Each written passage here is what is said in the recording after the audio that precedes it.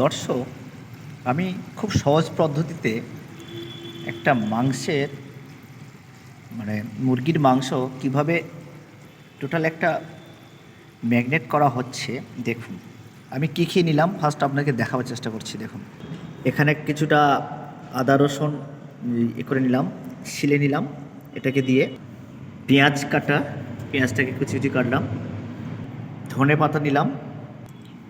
চিকেনের উপরে হালকা করে টমেটো, কাঁচা লঙ্কা, লবণ, হলুদ, কাশ্মীরি মির্চি, আর হচ্ছে রান্না চলছে, তো এর সঙ্গে দেওয়া হয়েছে হালকা একটু সর্ষের তেল। এইবার আমি আলুটাকে ফার্স্ট ভেজে নিলাম একদম ঘরোয়া পদ্ধতিতে।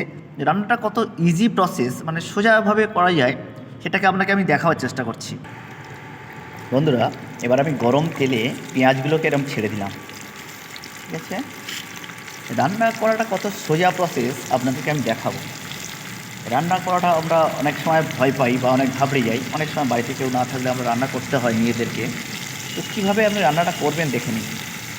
এরকমভাবে তেলেতে আমরা ছেড়ে দিলাম।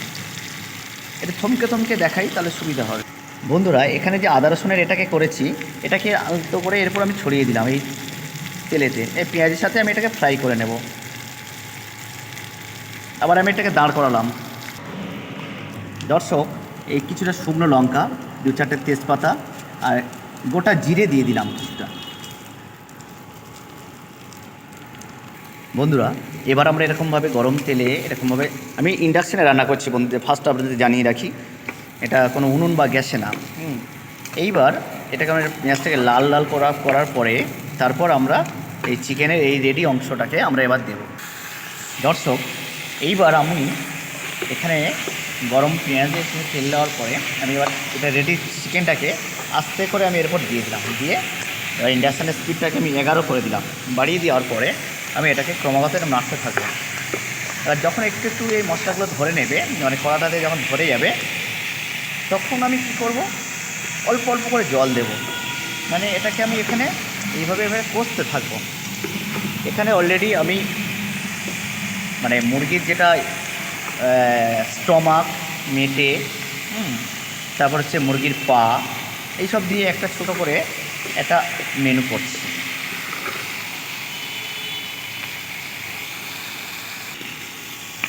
দর্শক, তারপর এইবার এটা দেখুন অনেকটা একটা কালারে চলে এসছে না? আমার এই রান্নার ভিডিও আপনাদের কেমন লাগলো আপনারা অবশ্যই আমাকে কমেন্টে জানাবেন। নতুন বছরে, নিউ ইয়ারে একটু নিজস্বভাবে চেষ্টা করলাম। রান্নার পাকটা আপনাদের কেমন লাগলো একটু জানাবেন। দর্শক, দেখুন মোটামুটি একটা কালারে এসে গেছে। এইবার আমি আপনাদেরকে দেখিয়েছিলাম যে আমি এর সাথে আলু দেব। আলুগুলো আগে থেকে ভেজে রেখেছিলাম, আমি এগুলো এখানে ঢেলে দিলাম। এই দেখুন, আলুগুলো আমি ঢেলে দিলাম। ঠিক আছে দর্শক বন্ধু, এইবার আমি এটাকে আবার নাড়তে শুরু করব। দেখুন বন্ধুরা, অলরেডি এটা অনেকটা খুব সুন্দর একটা কালারে এসে গেছে। দেখছেন, একটা সুন্দর দারুণ একটা ইয়ে হয়েছে। দেখুন, আমি দেখাবার চেষ্টা করছি, দেখুন কেমন হয়েছে না, ঠিকঠাক এসে গেছে। দেখুন, তো রান্না কত ইজি প্রসেস আমরা আপনাকে দেখাবার চেষ্টা করছি। দেখুন, রান্না দেখে আপনারা আর ভয় পাবেন না। নিজেরাই আপনারা এবার রান্নার যদি সময় হয়, কোনো সময় যদি সম্ভব হয়, নিজেরাই চেষ্টা করবেন। এবার আমি জল দেবো। দেখুন, এই জল অল্প করে দেবো, কেননা জল না দিলে এবার এটাকে চোলাটাকে আস্তে আস্তে ইয়ে হয়ে যাবে। এই মশলা দেওয়া জলটাই দিলাম। ধন্যবাদ। দেখুন, সুন্দর একটা কালার এসছে, দারুণ একটা গন্ধ ছেড়েছে। এরপর আমি শেষে নামানোর সময় একটু গরম মশলা দিয়ে দেব, আগে থেকে এনে রেখেছিলাম। আর একটু দেব ধনে পাতা, এই আমি কুচি রেখে দিয়েছি। দেখছেন, এই দেখুন।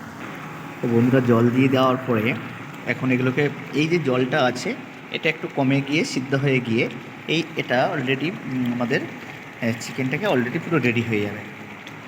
তখন আমরা একটু ধনে পাতার উপর ছড়িয়ে দিয়ে নামিয়ে নেব। ধন্যবাদ বন্ধুরা।